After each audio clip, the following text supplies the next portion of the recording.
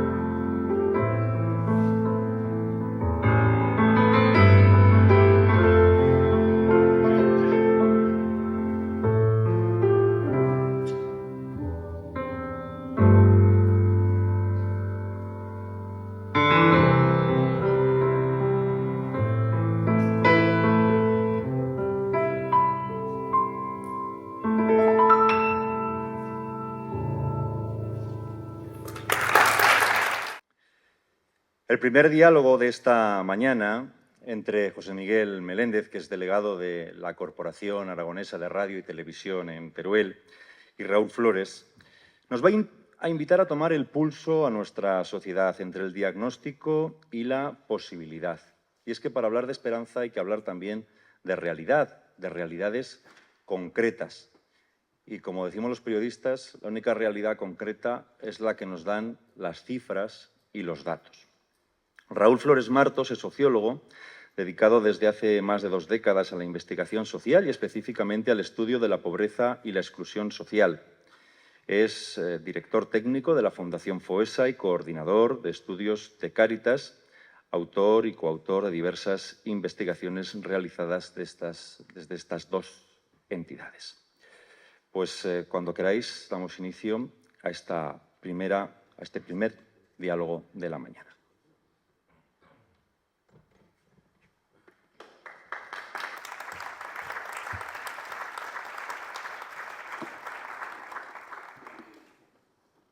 Muy buenos días. Vamos a colocar aquí este cacharro, intentando que no se caiga. Denme un segundito.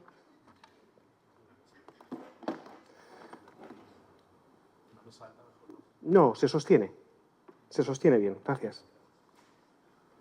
Y si no, también puedo hacer una cosa, y es situarlo así. Vaya comienzo, ¿eh? Así da gusto. Bueno, vamos a ver si somos capaces de seguir con este ambiente y con este espíritu que nos ha creado la música. Me toca hablarles de la situación, de las expectativas en el mundo actual. Y para hacerlo, vamos a ver. Estoy intentando avanzar. ¿No quiere? Vamos a ver. No me deja. Gracias, Enrique.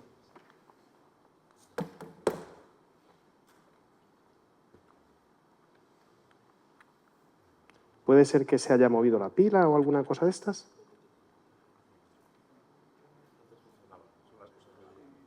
Ahora, perfecto. Muchas gracias. Para hacerlo, vamos a recorrer todas estas ideas, en el fondo sencillas, estas 19 ideas, pero sobre todo vamos a recorrer 3 momentos. 3 momentos importantes y que necesito que me acompañen, que necesito que estén muy cerca de lo que vamos a ir contando. Un primer momento en el cual vamos a reconocer que hay más incertidumbre que certidumbre.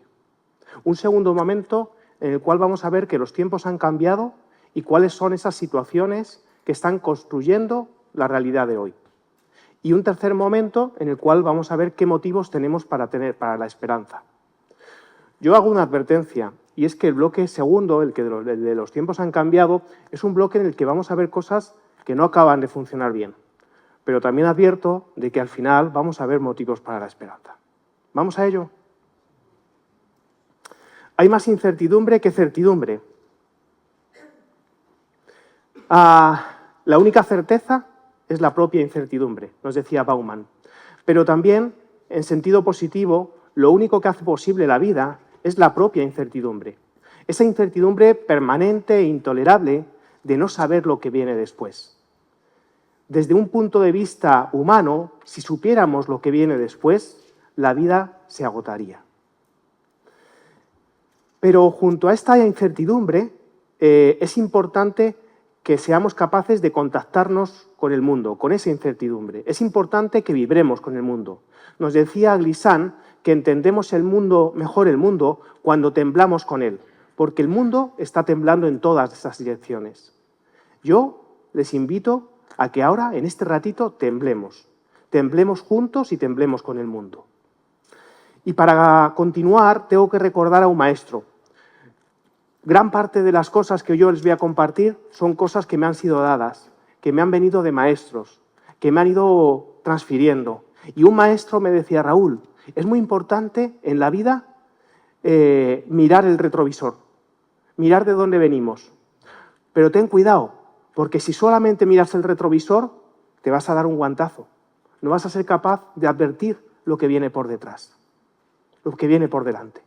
Por eso es importante mirar al pasado para reconocer el presente y enfocar el futuro. Lo que vamos a hacer a continuación es ver cómo han cambiado los tiempos en los últimos 30 años, en qué situación estamos y cómo nos deja esa situación con respecto al futuro. Ya hemos llegado al segundo momento. Vean qué rápido. Los tiempos han cambiado mucho, pero además de grandes cambios y de muchos cambios, han cambiado de manera muy profunda. Esto es lo que vamos a intentar explicar a continuación. Hay una idea que es importante que tengamos en cuenta, y es que estamos profundizando en una sociedad líquida.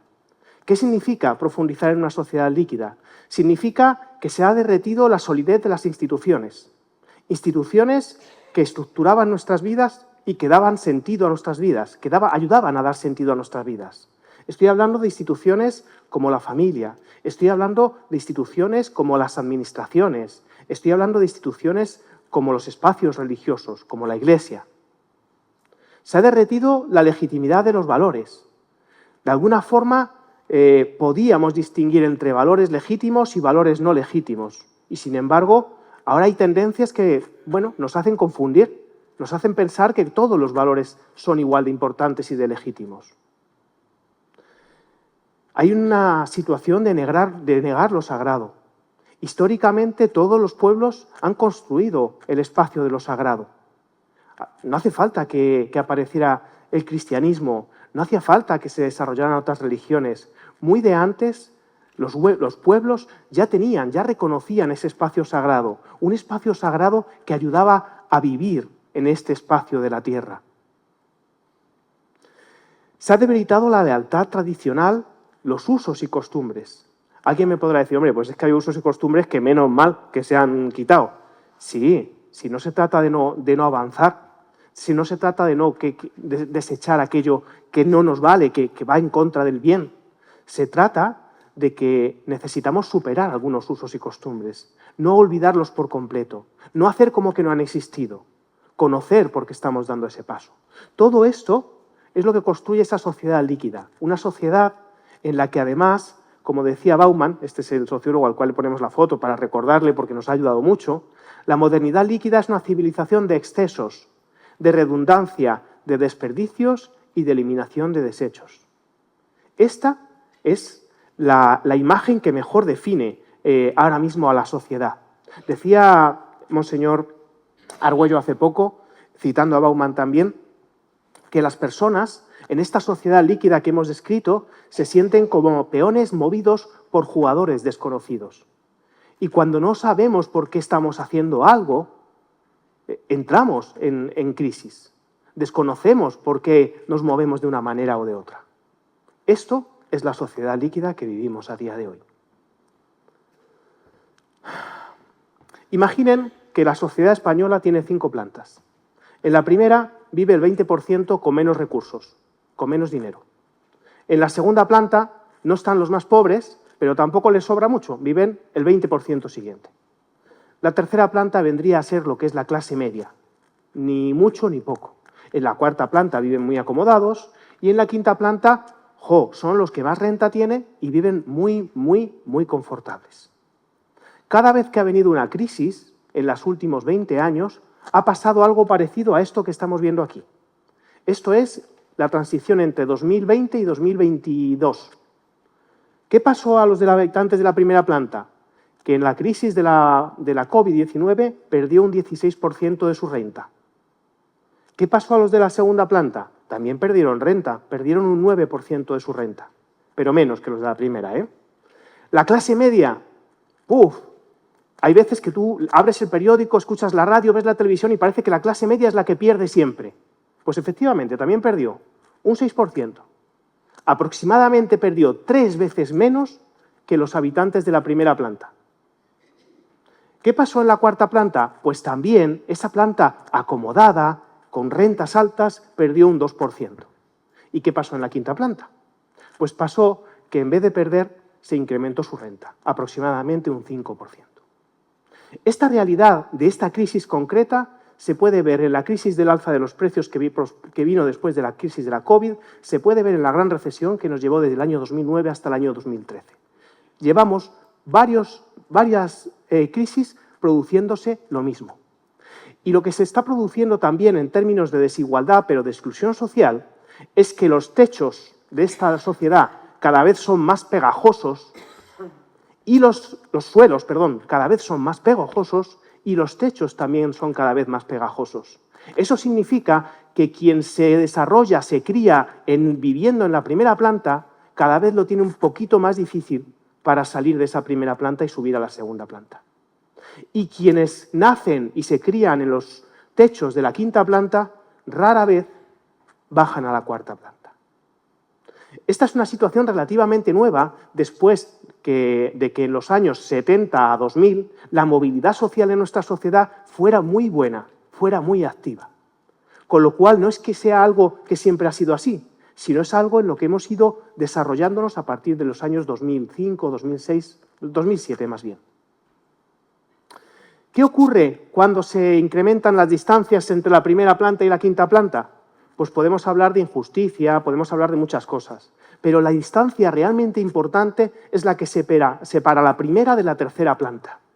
¿Por qué es realmente esa la distancia importante? Porque los habitantes de la primera planta no aspiran a ser ricos, aspiran a vivir con las cosas normales, a pagar su alquiler, a poner su calefacción en invierno, a mandar a su hijo a la excursión del colegio. 34 euros la excursión de mi hijo de 9 años, la última.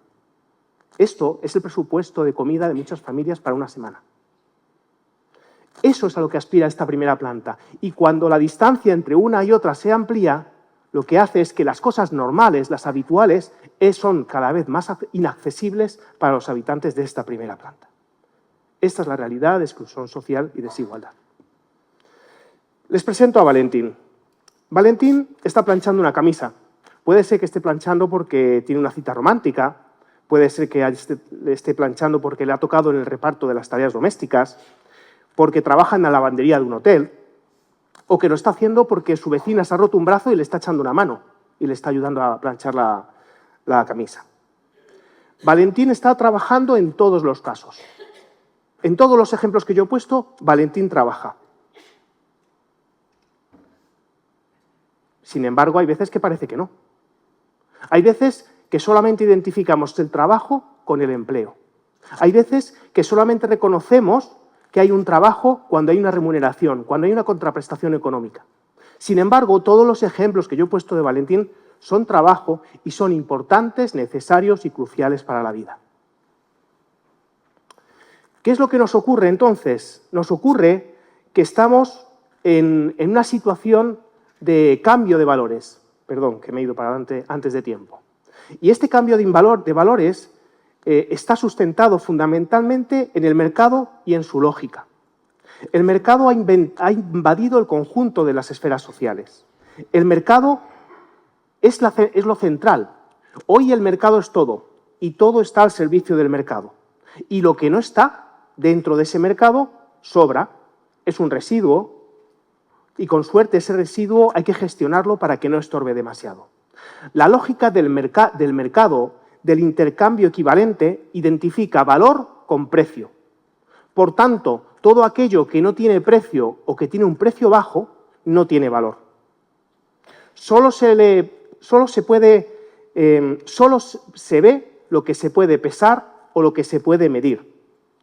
Se rige de alguna forma por la identificación calvinista de la riqueza material como signo de salvación. Dota de estatus a través de la meritocracia. Una meritocracia que es totalmente ciega a las condiciones de partida de las personas tan distintas. Una meritocracia que oculta los mecanismos reales de enriquecimiento. Crea el mito del hombre hecho a sí mismo y está invisibilizando todas esas relaciones de reciprocidad y de redistribución que se producen en la sociedad. En este contexto sociocultural y económico se ignora o se infravalora todo trabajo que no tenga un precio o todo trabajo cuyo precio sea relativamente inferior al precio de otros empleos. Somos, por tanto, una sociedad que solo reconoce lo que denomina como trabajo y que solo reconoce lo que denomina como trabajo y que solo reconoce como valioso el trabajo que es un empleo bien remunerado. Lo decían nuestros obispos hace ya algunos años, en referencia a la crisis económica anterior. el origen de la actual crisis económica y una crisis previa, la negación de la primacía del ser humano. Hoy imperan en nuestra sociedad las leyes inexorables del beneficio y de la competitividad. Y en este espacio, además, el trabajo no integra. El trabajo ha dejado de tener el valor de integración social y económica que tenía en el pasado.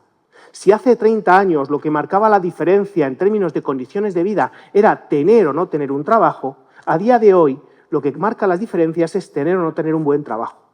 Porque para la integración social, para la inclusión social, lo que necesitamos son algunas de esas piezas: vivienda, formación, salud, consumo, relaciones sociales, protección social. Y sin embargo, las piezas del empleo actual no encajan en ese puzzle. Porque tenemos brechas salariales importantes, porque tenemos empleos de exclusión, economía informal, parcialidad indeseada, porque todavía sigue existiendo temporalidad a pesar del cambio de la ley, de otra manera, pero seguimos sufriendo la temporalidad. Este es el retrato de la situación del empleo en estos momentos. La vivienda como un espacio de asfixia. Vamos a ver, ¿qué ha pasado? ¿Qué ha pasado para que la vivienda deje de ser el espacio de seguridad, de tranquilidad, de protección, de calor y de respirar tranquilo cuando uno llega a casa, para convertirse en un espacio de asfixia? Pues lo que ha pasado es que hemos confundido el derecho a la vivienda con la vivienda como un derecho a la inversión. Y en esa confusión no hemos sabido distinguir una cosa de la otra. Ambas legítimas. No hay por qué confrontarlas, pero sí que hay que situarlas y ordenarlas. Por supuesto que sí. Y esa ordenación y en esa situación no se está produciendo en estos momentos. Y lo que eso está generando es que cada día 4 de mes, por poner un día, las familias lo que hacen primero es pagar su alquiler, pagar sus suministros, y después de eso se quedan en situación de pobreza. A día de hoy casi 3 millones de hogares en nuestro país. 3 millones de familias, cada día 4 de mes, después de pagar lo fundamental, que es la vivienda, se quedan así, con el aire contenido. Y es que el esfuerzo que las familias tienen que realizar para el pago y mantenimiento de la vivienda ha empeorado mucho, ha cambiado mucho.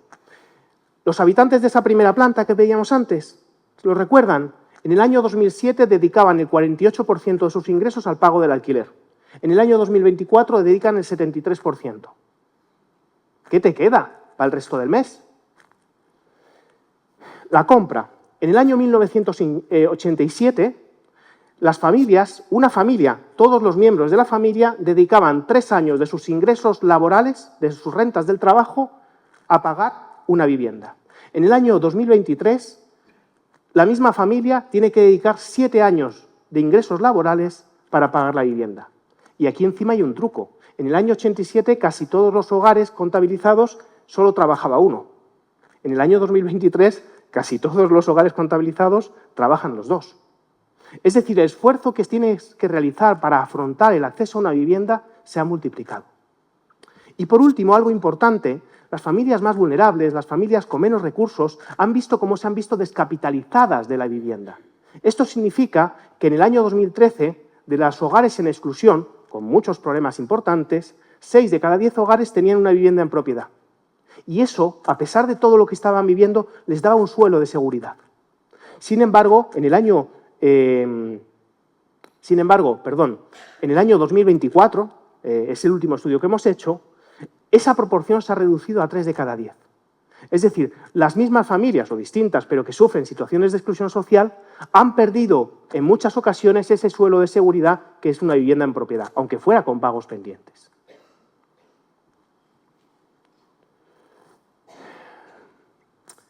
Decía nuestro Papa Francisco que la baja natalidad o la crisis de natalidad es un signo de radical falta de esperanza.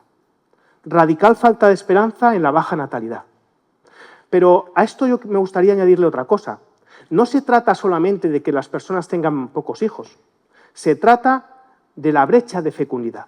¿Qué significa esto? Esto significa que la gente quiere tener más hijos de los que tiene. O sea, porque aquí podemos discutir y decir, oye, si yo solamente quiero tener un hijo, pues está bien. No es eso lo que estamos discutiendo. No entro en ese debate ahora mismo. En el debate que entro es que la gente quiere tener más hijos y no los tiene. Y no los tiene porque hay cosas que fallan. Porque hay situaciones en el contexto y en la perspectiva de futuro que cierra. Fíjense lo que pasa además. Hemos estudiado no solamente la posición ideal de hijos antes de tenerlos, sino también después. Entonces, lo normal es que las familias digan, yo quisiera tener 3 hijos, ¿vale? Van retrasando, le dicen, bueno, venga, solamente 2. Cuando tienen el primero y afrontan lo que es tener la crianza, los gastos, el trabajo, todo esto, dice, casi que me planto. Este discurso está extendiéndose en la sociedad. Y en esa baja natalidad, en muchas situaciones influida por la falta de políticas contra la precariedad laboral, por la falta de políticas de apoyo a la crianza y a la dependencia, un dato, por cada 100 euros de media que se invierten en la Unión Europea en políticas de apoyo a la familia y a la crianza, en España se dedican 33 euros. Es decir, dedicamos 1/3 menos de apoyo a la familia y a la crianza que en el conjunto de los países de la Unión Europea. Cosa un poco increíble porque cada vez que yo escucho a los políticos de los distintos partidos se les llena la boca de hablar de familia. Esta baja natalidad se une también a nuevas estructuras de los hogares que están generando también nuevas situaciones y nuevas necesidades, como es la monoparentalidad. Y, por supuesto, también a un aumento de la esperanza de vida. Todas estas situaciones que estamos viendo tienen unos arbotantes bastante frágiles, que están poniendo, de alguna forma, en riesgo este cambio demográfico. Y en toda esta situación, un cuestionamiento a una de las pocas balanzas de equilibrio que estamos teniendo en las últimas décadas en términos demográficos, que es el saldo migratorio. Es decir, esta situación insostenible lo está siendo un poco más sostenible gracias al saldo migratorio positivo que estamos teniendo. Un saldo migratorio que no estamos ni aceptando ni integrando de la forma más adecuada, como podremos ver más adelante. Bueno, yo ya había avisado que esta parte era dura, ¿vale? Y seguimos con ello. Una sociedad en guerra. Una sociedad en guerra que en el año 2023 todos esos coloritos rojos son lugares donde se está disparando, donde se está bombardeando, donde mueren personas no solamente del miedo, sino de las armas y de la destrucción directa. En este contexto, nuestro Papa Francisco ha apelado varias veces a no a las armas. Pues en este contexto de no a las armas, el entorno de la Unión Europea, España y los otros países dicen que todavía hay que incrementar más el gasto en defensa. Entiendo que parte de ese gasto en defensa está dedicado a las armas. Pero es muy curioso cómo se dice esto, porque se dice como si lleváramos tiempo sin aumentar el gasto en defensa. Y quiero que vean el gráfico de la izquierda. Esto es año 2004 y esto es año 2024. Este es el incremento que se ha producido en el gasto en defensa en los últimos años. Concretamente, desde el año 2014, ese es el incremento. Solamente en 3 años, de 2021 a 2024, se ha producido un incremento del 30%. Vale, hay que incrementar el presupuesto en defensa, pero es que ya lo llevamos incrementando en todos los últimos años. Más. Una sociedad que no se siente interdependiente. Una sociedad en la que se nos ha olvidado que es imposible construir el reino por parcelas. Por mucho que nos empeñemos, por mucho que no miremos, por mucho que pongamos muros, barreras, vallas electrificadas, por mucho que pongamos bombas para separarnos unos de otros, el reino es interdependiente y no podemos construir el reino por parcelas. Y tenemos una sociedad fracturada, una sociedad en la que la injusticia y la desigualdad, en muchas ocasiones, no en todas, pero en muchas ocasiones creada desde el norte, es lo que se vive en el sur. Y es esa injusticia y esa desigualdad la que presiona a muchas personas para salir hacia afuera. En esta situación de movilidad humana, que no es más ni menos que la expresión de las injusticias que se viven, tenemos que entender esa interdependencia del mundo. No solo podemos ser interdependientes para... ¿Dónde está mi móvil? Para el mineral que necesita este cacharro. Que voy aquí a la República Democrática del Congo y aprovechando las 2 guerras, compro este cacho de mina y ¡hala! A sacar el mineral que necesito. No solo podemos ser interdependientes de esa manera. Nuestro planeta cada vez tiene menos capacidad de sostener la vida humana. Mirar, en el último año, en 2025, hemos superado 7 de los 9 umbrales que permiten la vida humana sobre la Tierra. 7 de 9. El gráfico no lo he encontrado actualizado, es del año 2023 y ahí solamente habíamos superado 6 de esos umbrales. El séptimo, que se acaba de superar, es la acidificación del océano. Se ha superado este mismo año. Los ciclos biogeoquímicos, los cambios en los cuerpos de agua dulce, los cambios del uso del suelo, la integralidad de la biosfera, el cambio climático, las entidades no naturales, todos estos elementos están superados. Todos estos umbrales que permiten la vida humana en la creación, en nuestro mundo, ya están superados. Podemos seguir haciendo como que no pasa nada. Podemos seguir diciendo que frenaremos siempre y cuando no perjudiquemos la inversión económica que esforzados accionistas han hecho en sus empresas. Podemos decirlo. Y probablemente tengamos una parte de razón, pero nos falta otra parte de razón. Nos falta la mirada conjunta y la mirada hacia adelante del mundo que estamos dejando a las generaciones de delante. No es sostenible algo que no sea servible para todos los que vienen detrás de nosotros.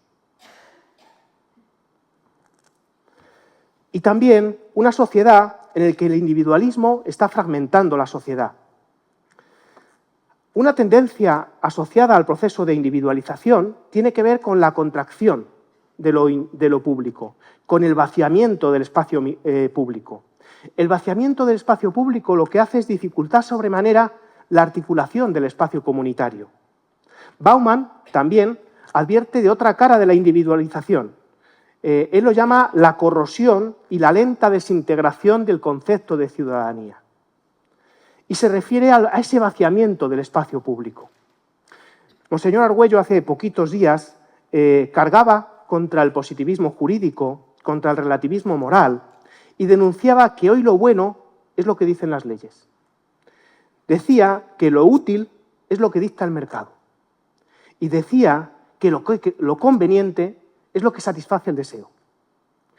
Si nos dejamos regir por esos 3 ejes en la vida, el contexto en el que estamos, el individualismo se impone por completo. Fragmenta a la sociedad en identidades parciales e identidades enfrentadas. Desde la Fundación FOESA llevamos unos años hablando de la gran desvinculación. Una gran desvinculación que tiene que ver con la fragilización de los lazos comunitarios, con la práctica desaparición de los espacios de vinculación secundarios. Los espacios de vinculación secundarios son el tejido asociativo, lo que nos une más allá de nuestra familia o de nuestro vecindario más cercano, que también se ha debilitado, ese debilitamiento de los lazos primarios. Un compañero de Cáritas presentaba hace muy poquito un libro denominado La naturaleza de la pobreza, y decía Víctor Renes: no existe posibilidad de ser persona sin contextos personalizadores, y esos son contextos comunitarios, lugares y espacios del sentido humano. Fíjense, Víctor Renes dice que no somos personas si no es mirándonos con otro. Y lo que Víctor Renes dice es que si nos empeñamos en seguir separando y buscando la individualización sin compartir con otros, o somos un poco menos personas o directamente dejamos de serlo. Pero claro, también tenemos que mirar un poco para adentro, digo yo, porque en toda esta sociedad yo podría afirmar, me corrigen si es necesario, yo encantado y agradecido, que hay una crisis en la comunidad cristiana. Una crisis que tiene que ver con las personas que componemos la comunidad cristiana. Una crisis que tiene que ver con la dimensión de esa comunidad cristiana, pero que también tiene que ver con la implicación, con la vinculación de esa comunidad cristiana. Joseph Ratzinger, en el año 1969, ya de alguna forma veía ese escenario de posibilidad. No lo veía como algo negativo, sino lo veía como un cambio que se iba a imponer y que nos iba a hacer las cosas de una manera distinta. Y yo estoy de acuerdo. Y yo estoy de acuerdo, sin embargo, creo que no estamos haciendo el cambio para hacer las cosas de una forma distinta. Y es esa falta de adaptación a las nuevas realidades la que nos está generando parte de esta crisis. Porque la otra parte de la crisis que se nos está generando dentro de la comunidad cristiana es la polarización. Una polarización que nuestro Papa Francisco ya nos advertía desde hace años y que estamos sintiendo en el seno de la Iglesia. Y que lejos de reducirse, se está incrementando. Y en la que todos y cada uno de los creyentes y que nos sentimos parte de la Iglesia, tenemos nuestra parte de responsabilidad. Todos estos elementos que he ido exponiendo, de alguna forma conectados, nos darían esta flecha simplificada de realidad. Una gran recesión, una falta un incremento de la desigualdad, de la exclusión social, una gran desvinculación, es decir, un cierre y una pérdida de lo comunitario, están llevándonos a una gran desolación.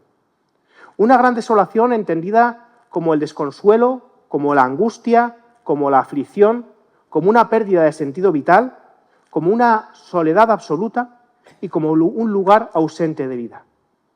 Este es el camino en el que se está presionando en estos momentos a la sociedad. Yo ya había avisado que la imagen era de aquella manera. En este mundo roto, que podemos resumir en guerras, violencia, exclusión, desigualdad, enfrentamiento, dolor, división y sufrimiento, en este mismo mundo roto que estamos viviendo ahora mismo, lo que nos pasa, o lo que nos debería de pasar, es que estamos en la necesidad de distanciarnos de esa ideología apocalíptica. Estamos en la necesidad de reivindicar un tiempo de riesgo inminente, pero que contiene también una revelación. Y es que estamos en el impulso del ahora o nunca. Es el momento de la acción. No hay casualidades. No hay casualidades. Que este año celebremos la esperanza no es casualidad. Es una llamada a hacernos peregrinos de la esperanza desde la comunidad cristiana y a hacernos embajadores de la esperanza desde la comunidad social en general. Por todos estos elementos que hemos ido exponiendo, tenemos serios, muy serios motivos para la esperanza. Motivos fundados y motivos que tenemos que reconocer y de los que tenemos que dialogar juntos. Esta parte es una invitación a pensarlo, a reflexionarlo, a verlo juntos. Os presento a Benjamina. Benjamina es una niña que nació con una enfermedad llamada craneosinostosis. Benjamina ya nació así. Benjamina no tenía movilidad, es decir, no podía desplazarse por sí misma. Benjamina no podía comer por sí misma, no podía asearse por sí misma. Benjamina tenía dificultades para la comunicación. A pesar de todas estas dificultades y de su enfermedad, Benjamina consiguió vivir aproximadamente hasta los 10 años. Esto es una historia que me podrán decir, bueno, pues tampoco hay muchas historias parecidas, ¿no? Es verdad que hay muchas historias parecidas, pero esta es un poco diferente porque Benjamina vivió en Atapuerca. Y vivió en Atapuerca hace justo 530.000 años. Si Benjamina fue capaz de sobrevivir hasta los 10 años, fue única y exclusivamente por el amor y por los cuidados que recibió. Claro, podríamos decir, obviamente, a una hija, no.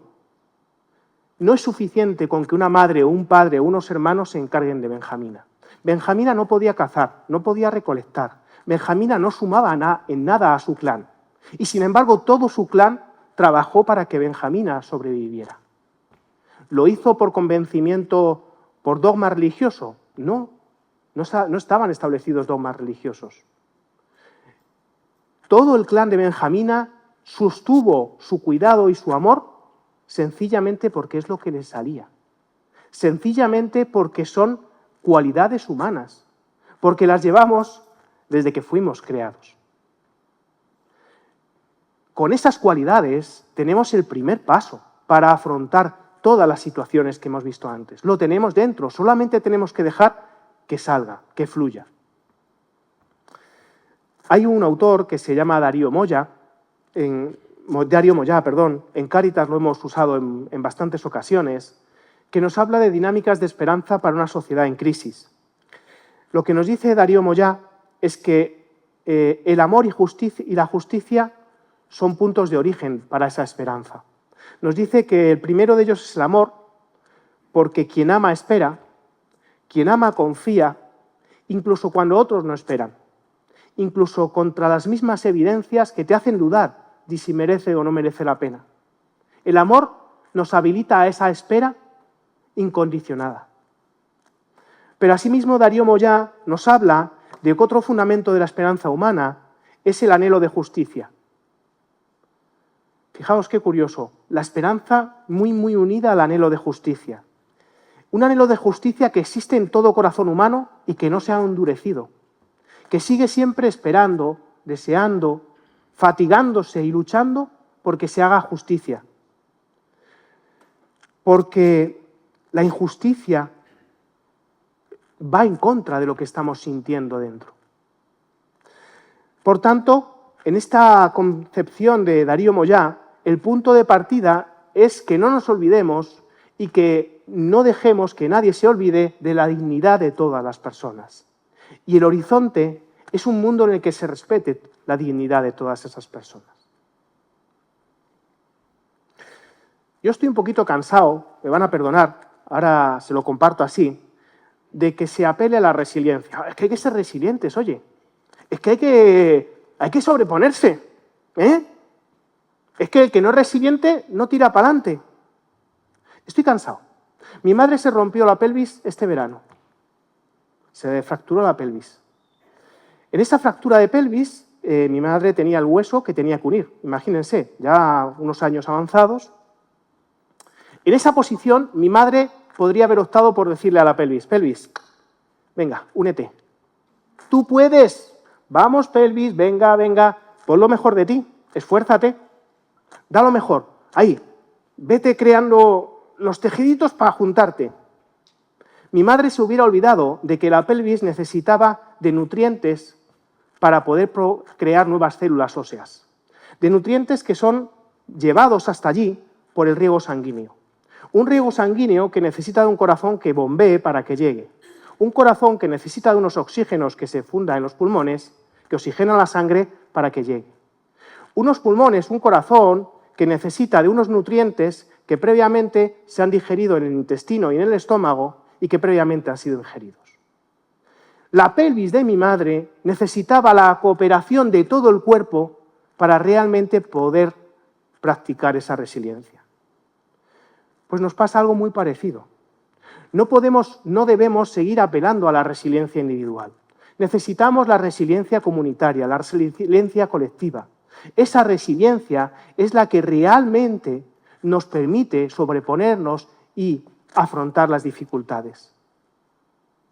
Y sabemos hacerlo porque lo hemos hecho muchas veces a lo largo de nuestra historia. Que no se nos olvide. Yo hace un momento hablaba de la gran desolación y aquí me acuerdo de Benedetti, que tanto me ayuda casi todos los días este hombre. Él ya murió y yo creo que no era consciente, pero a mí me ayuda, ¿no? Y Benedetti decía, todo depende del color con que se mire. Mirar, es necesario transitar del atascamiento al encantamiento. Desde ese despliegue a la esfera individual, desde la pérdida del factor religioso que está sucediendo en nuestra sociedad, desde la disminución en número de lo que somos, desde el menor compromiso y desde el que ya no vienen personas a ser parte de esta comunidad cristiana, tenemos que ir más allá de eso que parece evidente. Tenemos que conectarnos como comunidad cristiana y como comunidad social en general con nuevas sensibilidades ecosociales, con nuevas formas de compromiso social. Tener en cuenta que el ser menos y más diversos nos dificulta unas cosas y nos proporciona otras. Y que necesitamos un plan Renocomu. Esto me lo he inventado. Renocomu, ¿por qué? Porque tenemos que renovar nuestra comunidad. Y probablemente esa renovación de la comunidad tiene que ver como cuando ya tenemos una cierta edad y nos cuesta hacer amigos, nuevos amigos, ¿no? Tiene que ver con no poner condiciones de entrada.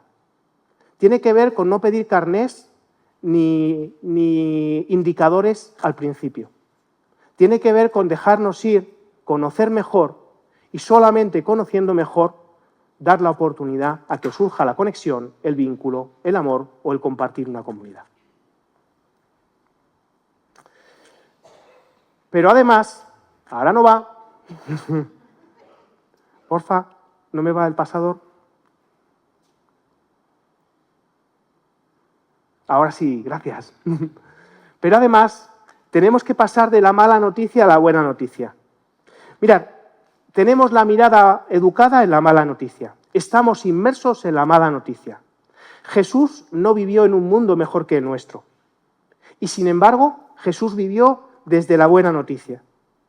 La óptica de Dios es la óptica de la buena noticia, que no ignora la mala noticia, pero que aborda la vida desde la esperanza y reconoce la esperanza donde aparentemente solo hay soledad, donde aparentemente solo hay muerte. Mirar y vivir desde lo que no funciona nos sitúa en un riesgo, en el riesgo de no observar la realidad más profunda, de no ver más allá de la desesperanza. Necesitamos educar la mirada y que esa educación de la mirada nos permita una construcción social de la realidad nueva. Necesitamos parar, porque en el mundo de la prisa y de la rapidez, la bondad pasa desapercibida. Es imprescindible frenar para cambiar. Y es imprescindible que seamos conscientes que de nuestra esperanza cristiana brota la esperanza para otros que viven cerca de nosotros.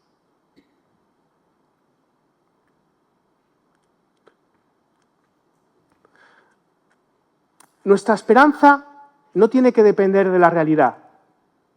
Tenemos que conseguir que sea al contrario, que la realidad dependa de nuestra esperanza.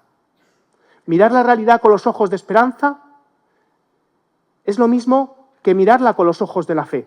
Es algo que sabemos que transforma la realidad. Y ya estamos terminando, ya nos despedimos. Yo ayer hablé de Rebeca Solnit, pero yo sé que hay personas que ayer no estuvieron, entonces he tenido que volver a traer a Rebeca. Me van a permitir que lea estas palabras de Rebeca, porque creo que contienen algo fundamental, algo que no se nos debe olvidar. Rebeca dice que la esperanza se sitúa en la premisa de que no sabemos lo que va a suceder, en esa incertidumbre de la que hemos estado hablando, de que en la vastedad de la incertidumbre hay espacio para actuar. Si ya supiéramos todo, no tendríamos grados de libertad de acción. Al reconocer la incertidumbre, estamos reconociendo la capacidad de influir en los resultados. Nosotros solos o juntos a varias decenas o a varios millones de personas. La esperanza es abrazar lo desconocido y lo incognoscible. Es una alternativa a la certeza tanto de los optimistas como de los pesimistas. Estos se mueven en la certeza. Los optimistas piensan que todo va a ir bien sin nuestra participación. Los pesimistas piensan que todo estará mal aunque participemos. Ambos justifican su no participación. Frente a esa actitud optimista o pesimista, la esperanza reside en la convicción de que lo que hacemos importa. Importa incluso independientemente de cómo y cuándo podrá importar, o cómo podría afectar y a quién. O dicho de otra manera, más sencilla, pero que a mí me gusta mucho, somos obreros en construcción de la utopía. Queremos dar razón de nuestra esperanza, de una esperanza creíble. No se trata de esperar sentados. La esperanza no se puede traducir en resignación pasiva. Contra toda esperanza, esperemos, pero caminando. Gracias.